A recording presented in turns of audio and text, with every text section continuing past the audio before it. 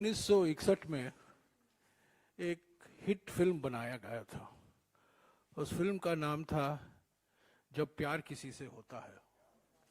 देवानंद और आशा पारेख। और उस फिल्म का एक हिट गाना था, आपको भी याद होगा, 100 साल पहले मुझे तुमसे प्यार था, आज भी है कल भी रहेगा। आज मुझे वो गाना याद आता है। 100 सवाल पहले जेपीसी की मांग थी, आज भी है और कल भी रहेगी। आज आप जानते हैं कि 5 फरवरी से रोज हम 3 सवाल प्रधानमंत्री से पूछते आ रहे हैं। आज 100 सवाल पूरे हो गए। ये सवाल हम अडानी से नहीं पूछ रहे हैं, ये सवाल हम प्रधानमंत्री जी से पूछ रहे हैं, सरकार से पूछ रहे हैं। इन 100 सवालों के बारे में जो संदर्भ है, कैसे तैयार किया गया, मेरे साथी अमिताभ दुबे इस पर आपको जानकारी देंगे, क्योंकि ये पिछले 1.5 महीने से सुबह दोपहर शाम रात इन सवालों में लगे हुए हैं।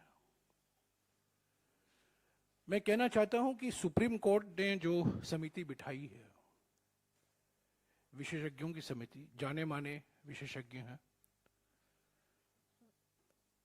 ये समिति अडानी केंद्रित समिति है। ये अडानी से सवाल पूछेंगे। हम जो सवाल कर रहे हैं अडानी से नहीं कर रहे हैं, हम प्रधानमंत्री जी से कर रहे हैं, सरकार से कर रहे हैं। ये सवाल सुप्रीम कोर्ट की समिति द्वारा नहीं किया जा सकता। वो सोचेंगे भी नहीं, उनको हिम्मत भी नहीं होगी इन सवालों पर विचार करने के लिए। ये सिर्फ जेपीसी में ही उठाया जा सकता है। जेपीसी में बीजेपी के अध्यक्ष होंगे, बहुमत बीजेपी की होगी, पर उसके बावजूद विपक्ष को एक मौका मिलेगा इन सवालों को उठाने के लिए। जवाब आएगी सरकार की ओर से और ये सब रिकॉर्ड में जाएगा। 1992 में हर्षद मेहता घोटाले के समय जेपीसी की मांग उठी थी विपक्ष की ओर से। सरकार ने पहले खिचखिचाई, उसका समर्थन नहीं किया, पर 2-3 महीने बाद आपको याद होगा प्रधानमंत्री नरसिम्हा राव जी, वित्त मंत्री डॉक्टर मनमोहन सिंह जी ने मंजूरी दे दी और हर्षद मेहता घोटाले में 1992 में एक जेपीसी का गठन हुआ। रिपोर्ट आई, उस पर कार्रवाई हुई, सेबी को और अधिकार दिए गए, कैपिटल मार्केट को और मजबूत किया गया।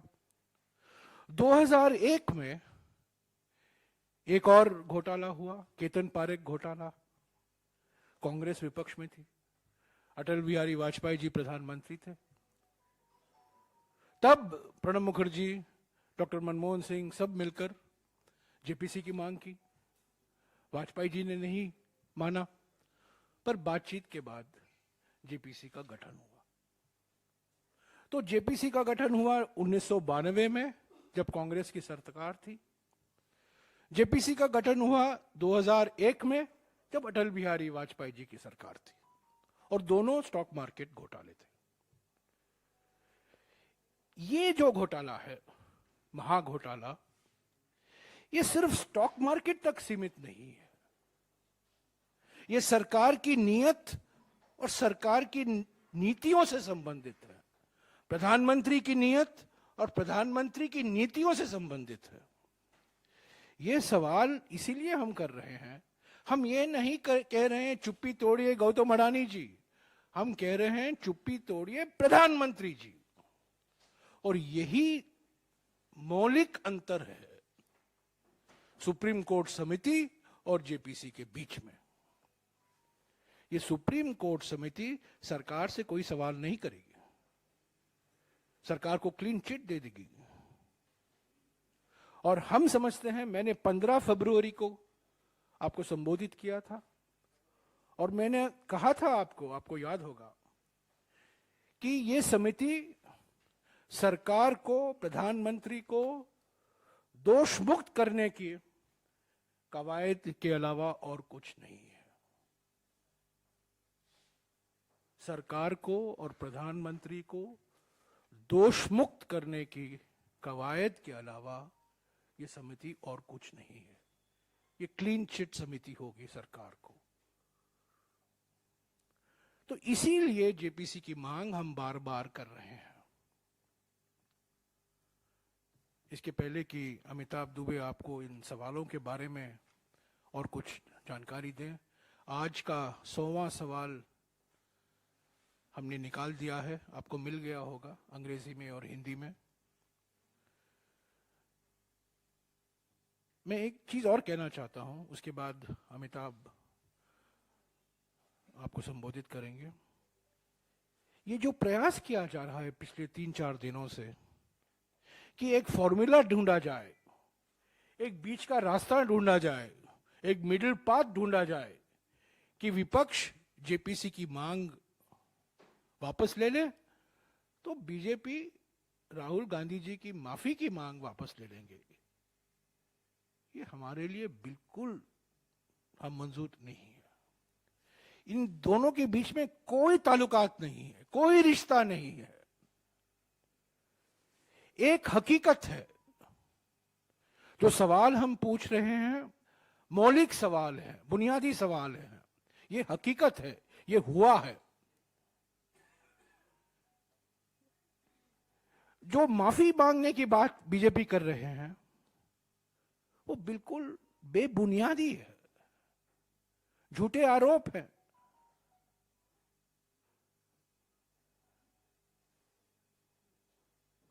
तो इन दोनों के बीच में ये कहना कि आप ये वापस लीजिए तो हम माफी मांगने की बात वापस लेंगे, हम सौदा करने के लिए तैयार नहीं है। इन दोनों के बीच में कोई रिश्ता नहीं है। राहुल गांधी जी ने स्पीकर को लिखा है, लोकसभा के रूल 357 के तहत उन्होंने मांग की है कि उनको एक मौका दिया जाए बोलने का, उनका लोकतांत्रिक हक बनता है। स्पीकर उस पर क्या निर्णय लेंगे वक्त ही बता पाएगा। पर यह कहना कि एक फॉर्मूला है, ये फॉर्मूला हम पहचानते नहीं हैं, हम स्वीकारते नहीं हैं। यह हमसे बिल्कुल सहमत नहीं है, क्योंकि ये जमीन आसमान का फर्क है जेपीसी की मांग और माफी की मांग के बीच में।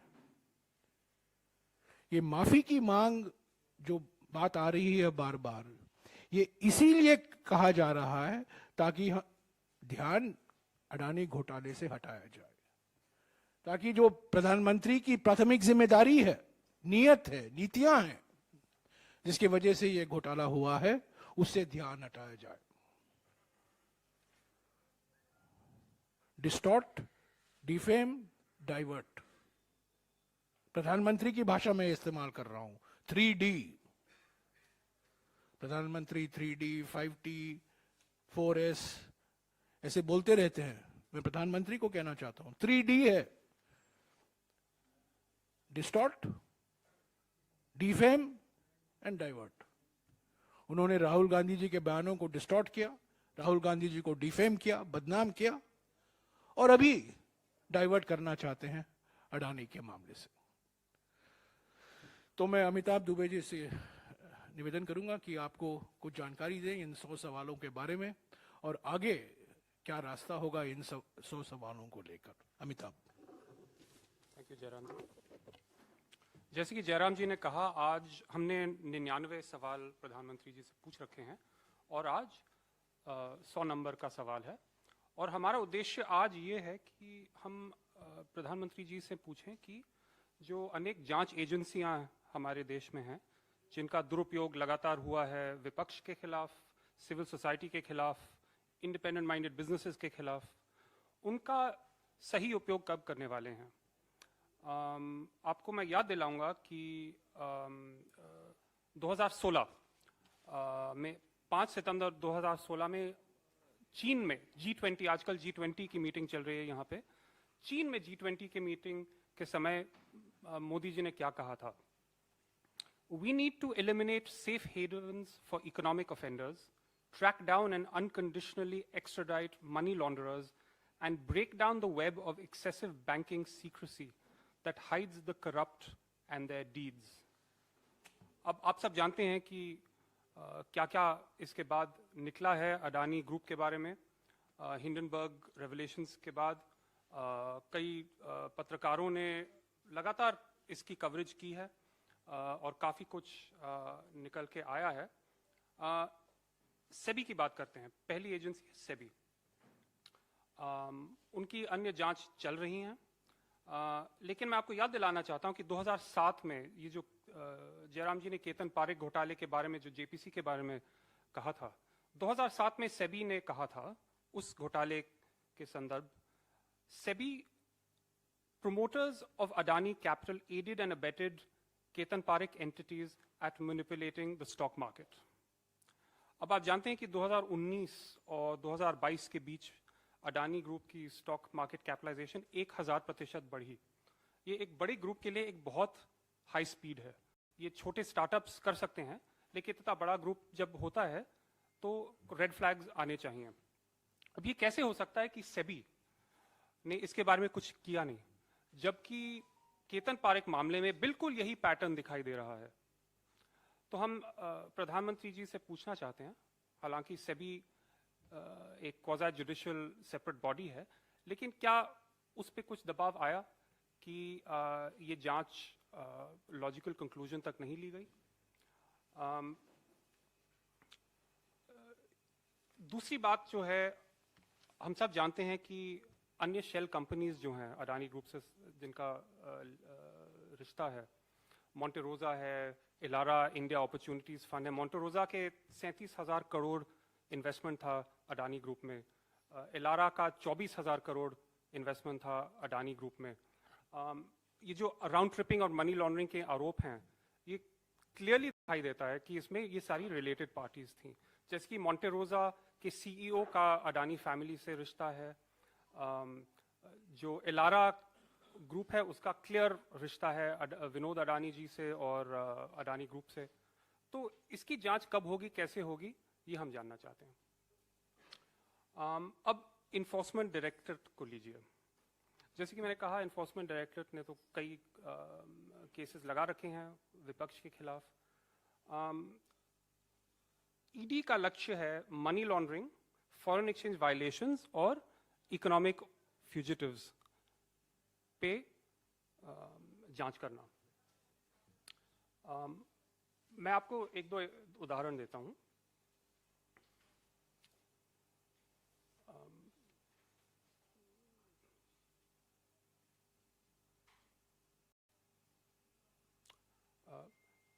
एक चीनी नागरिक है चांग चुंग लिंग, इनका अडानी ग्रुप से लंबा रिश्ता है। 2005 में इन्होंने बताया था कि इनका रेजिडेंशियल एड्रेस और विनोद अडानी का रेजिडेंशियल एड्रेस सिंगापुर में एक ही था। उनके खिलाफ आरोप लगाया गया है कि नॉर्थ कोरिया के sanctions, UN sanctions north Korea पे लगे हुए हैं। इसका वायलेशन उन्होंने एक अडानी फंडेड शिपिंग कंपनीज के साथ किया था। आप सब जानते हैं नॉर्थ कोरिया का ताल्लुक चीन और पाकिस्तान के साथ किस प्रकार का है। इनकी एक फर्म है गुडामी इंटरनेशनल। कुछ साल पहले इन्फोर्समेंट डायरेक्टरेट ने अपने आरोप पत्र में अगुस्ता वेस्टलैंड घोटाले, जो हेलीकॉप्टर का घोटाला था कुछ साल पहले, इस कंपनी का नाम उस घोटाले में 2 आरोप पत्रों में था। तीसरे आरोप पत्रों में किसी तरह यह गायब हो गया। तो हम जानना चाहते हैं कि ऐसे रिश्ते जो हैं अडानी ग्रुप के, इनकी जांच हो रही है, इनके बारे में कुछ कार्रवाई होगी कि नहीं। ईडी एक और कंपनी है अक्रोपोलिस ट्रेड एंड इन्वेस्टमेंट।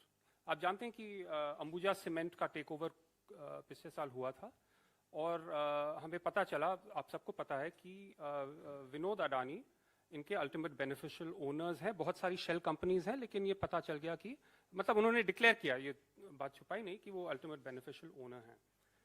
एक शेल कंपनी अक्रोपोलिस 2020-21 में उसके रेवेन्यूज $7 बिलियन थे, प्रॉफिट्स भी $7 बिलियन थे, यानी कि 51,000 करोड़ रुपए। अगले साल उसके प्रॉफिट्स और इनकम जीरो थे, वैसे उनका थोड़ा सा नेगेटिव में था प्रॉफिट। तो ये कैसे हो सकता है कि एक शेल कंपनी एक साल में $7 बिलियन कमा रही है और अगले साल शून्य कमा रही है? एक बड़ी महत्वपूर्ण कंपनी का ओनरशिप है, भारत की एक महत्वपूर्ण कंपनी का सीमेंट सेक्टर में, और ये सारी हरकतें हो रही हैं और इसकी कोई जांच नहीं है, इसके बारे में कुछ कहा नहीं जा रहा है। तो ईडी इस मामले की जांच कब करेगी और कैसे करेगी, ये हम जानना चाहते हैं। एक और एजेंसी है serious fraud investigation office, ministry of corporate affairs में।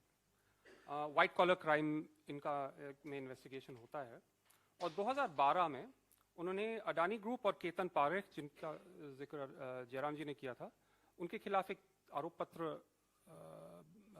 डाला था, जिसमें 500-600 करोड़ का मुनाफा, इलीगल मुनाफा स्टॉक मैनिपुलेशन से हुआ था, उसका आरोप लगाया था। चीटिंग और कंस्पिरेसी के केसेस थे गौतम और राजेश अडानी के खिलाफ। लेकिन इसके बाद एसएफआईओ ने कुछ नहीं किया, और हिंडनबर्ग की रिपोर्ट के 1 महीने बाद वो केस फिर से शुरू हो गया, और बॉम्बे हाई कोर्ट ने उनसे पूछा 22 फरवरी को कि आप यहाँ अचानक कैसे जा गए, कि आप बाहर के एक्सटर्नल फैक्टर्स के कारण आप इस जांच को फिर से आगे ले रहे हैं। तो ये एक बड़ा महत्वपूर्ण केस है, और एक और उदाहरण है, किसी कारण ये लोग सो गए थे काफी समय के लिए, और अब थोड़े थोड़े दबाव में आके थोड़ा प्रेशर बढ़ रहा है, तो केस आगे चलने लग गया है। अब सीबीआई एक और एजेंसी है। आप सबको पता है कि ईडी की तरह सीबीआई ने कुछ साल पहले 2019 में मुंबई एयरपोर्ट के प्रीवियस ओनर के खिलाफ रेड्स किए थे, और उसके कुछ ही महीने बाद अडानी ग्रुप को मुंबई एयरपोर्ट मिल गया था। लेकिन हम ये भी कहना चाहते हैं कि सीबीआई सिर्फ दुरुपयोग के लिए नहीं है, सीबीआई का उपयोग भी किया जा सकता है।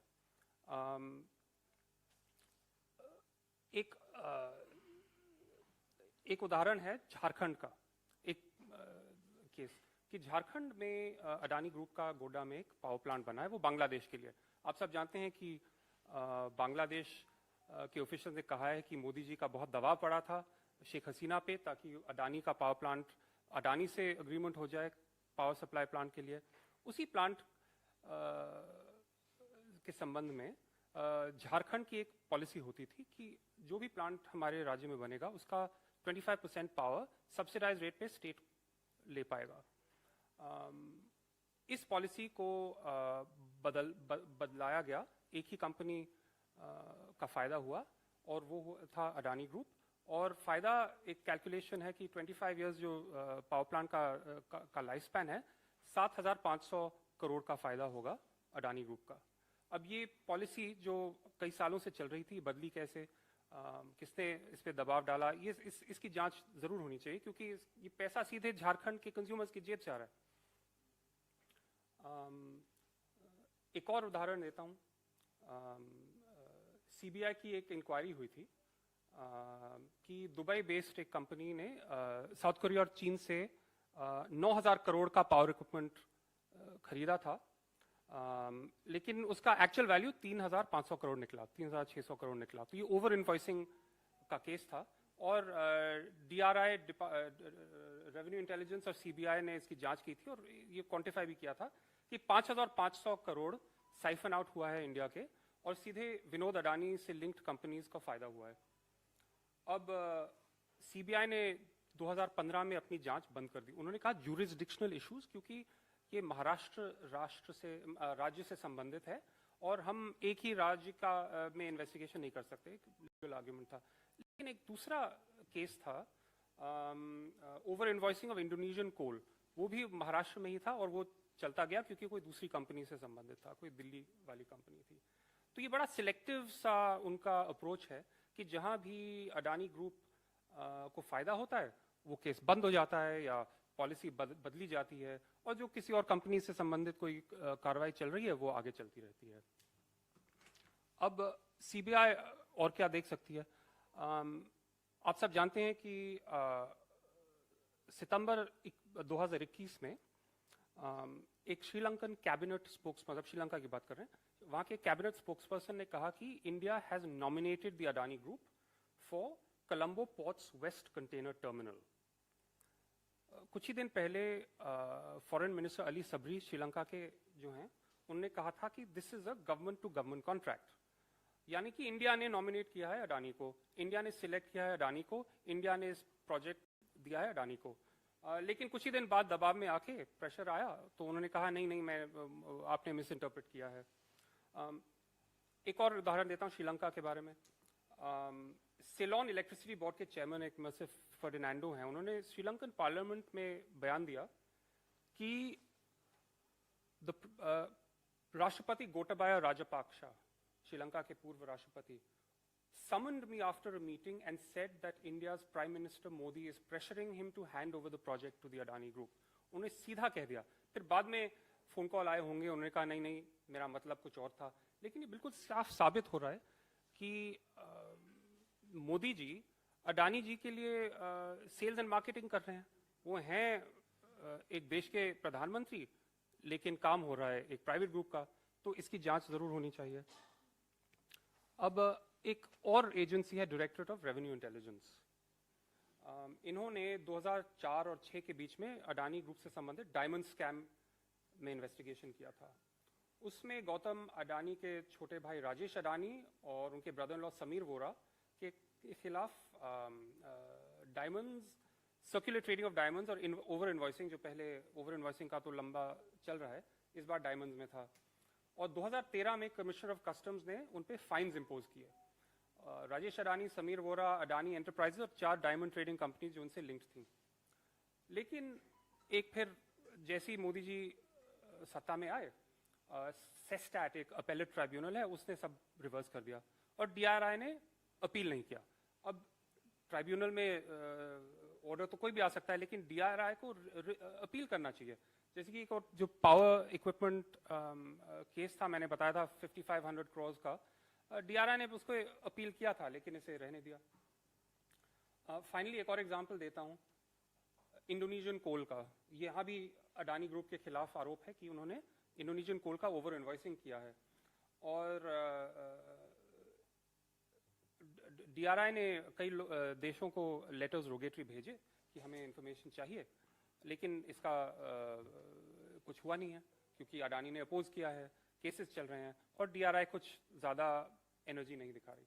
तो मेरा ये मतलब है कि हमारे पास इतनी जांच एजेंसीज हैं, SEBI, enforcement directorate, SFIO, CBI, directorate of revenue intelligence, ये लगातार दूसरी कंपनियों के खिलाफ इस्तेमाल किए जाते हैं, विपक्षी पार्टियों के खिलाफ इस्तेमाल किए जाते हैं, सिविल सोसाइटी के खिलाफ इस्तेमाल किया जाते हैं, लेकिन जो उनका उद्देश्य है, जिस कारण के लिए उन्हें स्थापित किया गया था, सोए पड़े हैं या ढंग का काम नहीं कर रहे।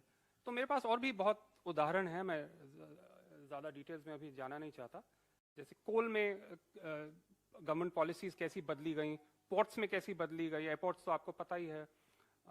तो इनके बारे में मैं आपको जानकारी दे सकता हूं अगर आप चाहें, लेकिन मैं बस इतना कहना चाहता हूं कि हम चाहते हैं कि ये जो एजेंसीज हैं ये अपना काम करें और ढंग से करें और अडानी ग्रुप के खिलाफ जो भी एक्यूजेशंस हैं उनको ढंग से रिसर्च करें। एक सारांश में आज जो हमारा 100वां सवाल है, ये एक सारांश का सवाल है और इन 5 एजेंसी जो अभी अभी अमिताभ ने गिनाया आपको, SEBI, enforcement directorate, directorate of revenue intelligence, DRI, SFIO, serious frauds investigation office और सीबीआई, इन 5 एजेंसियों के हम सवाल जो उठते हैं हमने सारांश में दिया है आज। और मैं नहीं समझता हूं, हम नहीं समझते हैं कि ये जो सुप्रीम कोर्ट की समिति है, इन सवालों, ऐसे सवालों पर ये उनका विषय है, उनका मन भी नहीं रहेगा इस पर विचार करने का और उनके टर्म्स ऑफ रेफरेंस में भी ये शामिल नहीं है।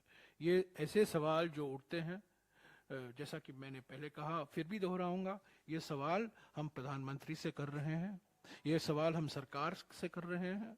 ये सवाल जो उठते हैं उनकी नीयत और नीतियों पर उठती हैं, और ये सवाल सुप्रीम कोर्ट की समिति द्वारा जवाब नहीं मिल सकता। मिसाल के तौर से जिस तरीके से हवाई अड्डों का निजीकरण हुआ है, नीति आयोग ने कहा कि सिर्फ एक कंपनी को 2 हवाई अड्डे के ऊपर नहीं देना चाहिए, पर सारे के सारे 6 जो बेचे गए हैं वो सिर्फ एक ही ग्रुप यानी कि अडानी ग्रुप को बेचे गए हैं। बंदरगाहों का निजीकरण जो हो रहा है, जो आप देख रहे हैं, ऐसे सवाल सिर्फ जेपीसी के माध्यम से ही इस पर रोशनी डाल सकते हैं, और इसका जवाब जो निकलेगा सिर्फ जेपीसी में जो बातचीत होती उसी से निकल सकता है।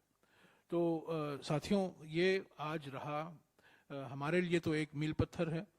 हमने जब शुरुआत की थी हम उम्मीद नहीं रखते थे कि हम 100 पहुंच पाएंगे, पर हमें इतना मटेरियल मिला और इतने कई क्षेत्रों में हमें जानकारी देते रहे कि हमें अभी मुश्किल पड़ा जिसको हमें शामिल करना है और जिसको हमें थोड़ा अभी के लिए पीछे रखना है।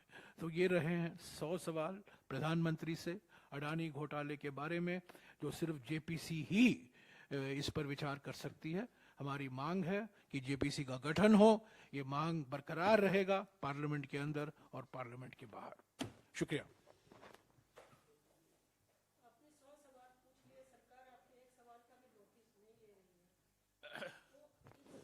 सरकार ने सरकार ने बीच में कहीं नोटिस लिया है। मैं आपको मिसाल देता हूं। हमने सवाल उठाया था श्रीलंकन के विदेश मंत्री के बयान पर।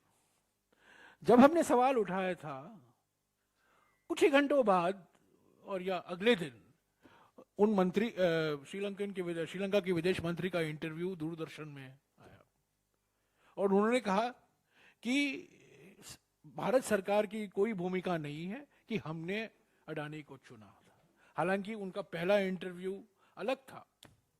तो ये एक मिसाल है कि जो हम सवाल उठाए थे उसका कुछ असर उन्होंने सुना। हालांकि उन्होंने बोला नहीं, कहीं उन्होंने कुछ कहा नहीं, लिखित रूप में या वक्तव्य के बयान और से उन्होंने कुछ कहा नहीं, पर कहीं ना कहीं लोग सरकार में इसको देख रहे हैं, पढ़ रहे हैं, और जहां कुछ डैमेज कंट्रोल हो सकता है वो डैमेज कंट्रोल कर सकते हैं। मिसाल के तौर से ये श्रीलंका के बारे में।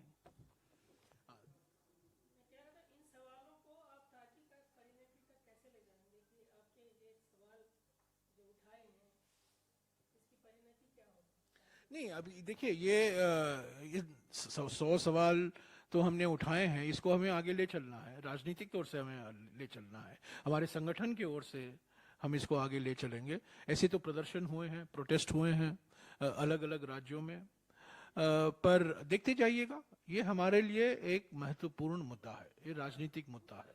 ये सिर्फ स्टॉक मार्केट से जुड़ा हुआ नहीं है, ये सरकार की नीयत और सरकार की नीतियों से जुड़ा हुआ है। और इसको हम यहाँ तक ही नहीं रखेंगे, इसको हम जरूर राजनीतिक तौर से संगठन के माध्यम से इसको आगे ले चलेंगे, जनता के बीच में हम जरूर इसको ले जाएंगे।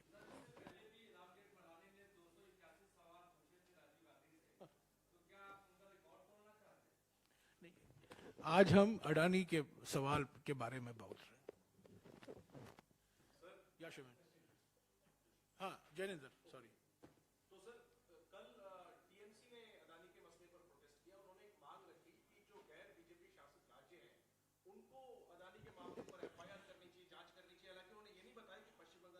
मुझे हंसी आती है इसको देखकर, मुझे हंसी आई।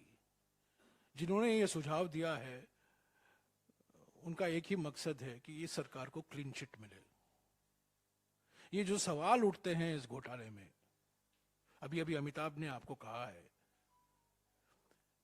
सेबी, क्या राज्य सरकार सेबी के बारे में कुछ कर सकती है? ईडी, क्या राज्य सरकार कुछ कर सकती है ईडी के बारे में? डीआरआई, क्या राज्य सरकार की कोई भूमिका है? सीरियस फ्रॉड्स इन्वेस्टिगेशन ऑफिस, उसमें क्या राज्य सरकार की भूमिका है? सीबीआई, क्या राज्य सरकार की कोई भूमिका है? क्या जांच करेगी? ये सवाल तो प्रधानमंत्री के दरवाजे पर है। क्या राज्य सरकार क्या जांच करेगी कि हवाई अड्डों का निजीकरण कैसे हुआ है, बंदरगाहों पर निजीकरण कैसे हुआ? ये राज्य सरकार की जिम्मेदारी है, ये सब केंद्र सरकार की नीति है। तो मुझे हंसी आई कल जो किसी ने मुझे कहा कि ये सुझाव आया है, ये नॉन सीरियस सुझाव है। जो सुझाव जिन्होंने सुझाव दिया है वो न अर्थव्यवस्था जानते हैं न राजनीति जानते हैं।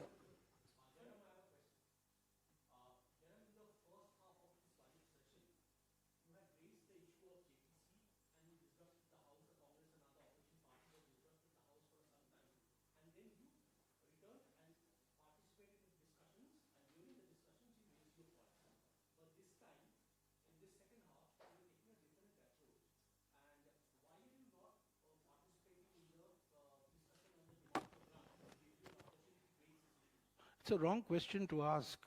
The House is not being allowed to function because the treasury benches, because the government is disrupting both houses of parliament. There is visual evidence for this. It's the government that, I can tell you what has happened in the Rajya Sabha yesterday. The chairman gave permission to the leader of the opposition to speak. The leader of the opposition got up twice. He was not allowed to speak. Under these circumstances, what cooperation can we give? In the Lok Sabha, Mr. Rahul Gandhi has been attacked. He has sought permission under Rule 357. He has met the speaker. He is not being allowed to speak. I mean, if you want a way out of this impasse, there is only one way out. That Mr. Rahul Gandhi is permitted under Rule 357 to make a statement. Mr. Ravi Shankar Prasad was allowed to make a statement in 2015 when charges were hurled at him by the then chief whip of the Congress party, Jyotiraditya Scindia, who is now, of course, a union minister. And Mr. Ravi Shankar Prasad was allowed to make, and Mr. Gandhi has quoted that precedent in his letter. So if the government is serious, allow him to make a statement, allow him to refute the baseless charges that have been hurled at him by senior ministers on the floor of the House, and then we will then the House will function. But the JPC linking the JPC demand, which goes back to the 5th. When did we start our questions, Amitabh? 5th of February. Our question started on the 5th of February. The demand for the JPC was a few days earlier, but systematically we have raised this demand every day from the 5th of February onwards, right? 5th of February onwards. So, and suddenly, in order to divert attention from the JPC demand, the BJP has raised this completely, I would say completely bogus, and it's a hoax what they're doing. You know, Mr. Gandhi never said all the things that he's been accused of. So give him a chance to speak on the floor of the House.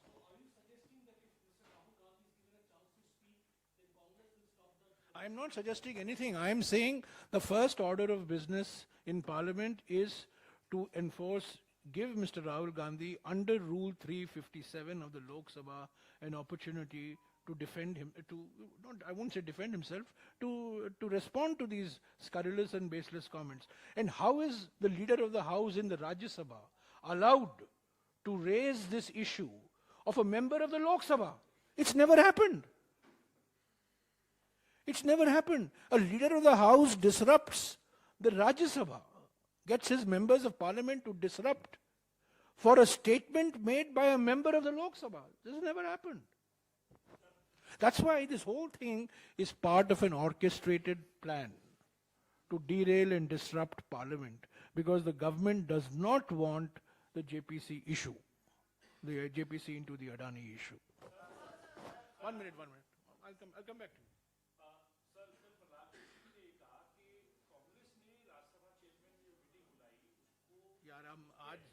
आज हम 100 सवाल के बारे में पूछ रहे हैं, अभी आप प्रहलाद जोशी के बारे में पूछ रहे हो। प्रहलाद जोशी को माफी मांगनी चाहिए।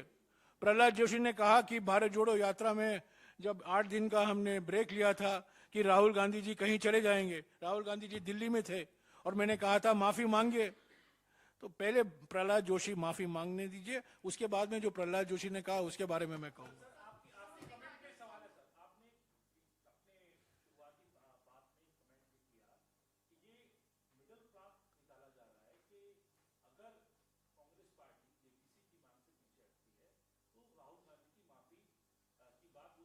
ये अगर मगर नहीं है, ये अगर मगर हमें कोई जानकारी नहीं है। ये अनौपचारिक तौर से मैंने सुना है, औपचारिक तौर से किसी ने नहीं कहा है। और ये बिल्कुल हमें नामुमकिन है, बिल्कुल नामुमकिन है। इन दोनों के बीच में कोई ताल्लुकात नहीं है, कोई रिश्ता नहीं है, जमीन आसमान का फर्क है। एक वास्तविकता है, एक हकीकत है जेपीसी का मुद्दा, और दूसरा एक छल है जो माफी मांगो का नारा लगाए जा रहे हैं।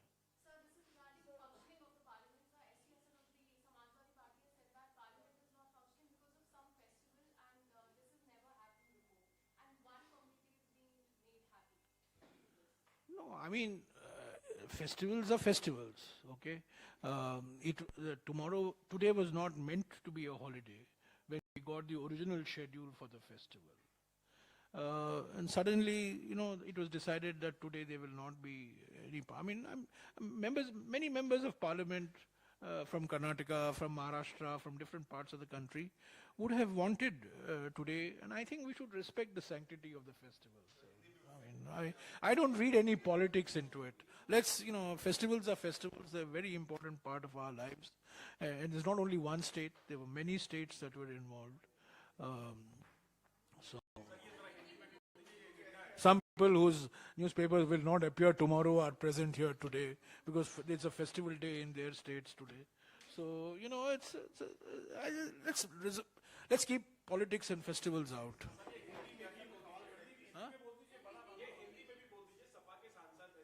यार ये सवाल अंग्रेजी में किया गया था, इसीलिए मैंने अंग्रेजी में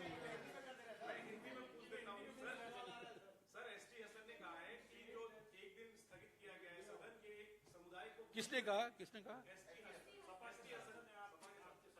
देखिए, पहले जब पार्लियामेंट का शेड्यूल निकला था उसमें आज छुट्टी नहीं दिखाया गया था। कल जब हम मिले तो अचानक चेयरमैन साहब, मैं राज्यसभा की बात कर सकता हूँ, चेयरमैन साहब ने कहा, और वास्तविक है, कई लोग महाराष्ट्र के सांसद हैं, कर्नाटक के सांसद हैं, कई राज्यों से का सांसद हैं जिन्होंने, और आंध्रा तेलंगाना के सांसद हैं। तो मुझे इसमें कोई राजनीति नहीं दिखती है। कई सांसदों से मांग आई होगी कि आज, और ये सरकार के लिए भी थोड़ा सुविधाजनक था कि आज नहीं चले, तो जेपीसी की मांग नहीं सुननी पड़ेगी। पर ये मैं कह सकता हूं कि मुझे कोई जानकारी नहीं थी। जब तक चेयरमैन साहब ने कहा कि कल छुट्टी होगा, हमें कुछ जानकारी नहीं थी। और पहले जो कार्यक्रम प्रकाशित होता है सेशन के पहले, ऐसा नहीं है, उसमें दिखाया गया था कि 22 मार्च, पर मैं इसमें कोई राजनीति नहीं करना चाहता हूं। हमारे देश में त्योहार का विशेष महत्व रखता है सभी लोगों को, और सभी को मैं आज शुभकामनाएं देता हूं।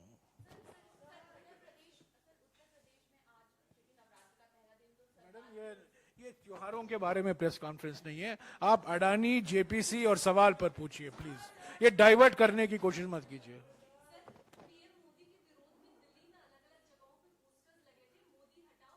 नहीं, वो मैडम, ये इस विषय से संबंधित नहीं है।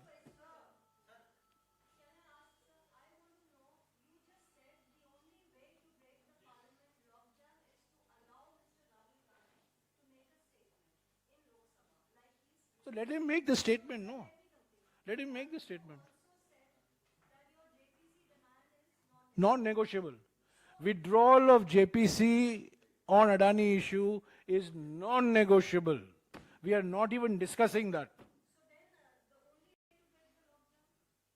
I'm the only give him a chance to speak and then we can talk.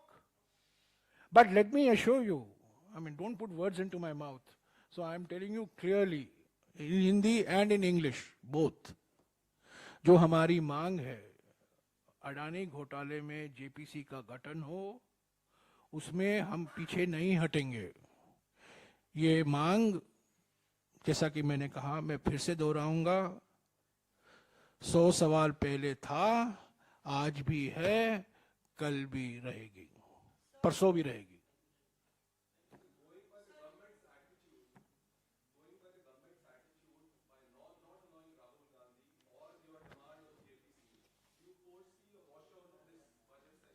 Do I foresee?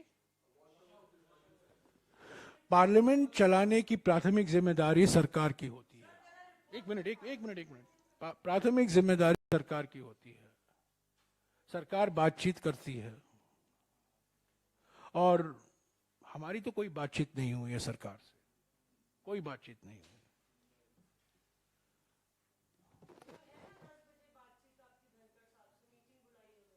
कब? हाँ ठीक है, कल जाएंगे, कल बैठेंगे, कल है, कल देखेंगे, कल है, कल देखेंगे। नहीं, अभी ये इसी पर मैं सवाल लूंगा, प्लीज। Thank you.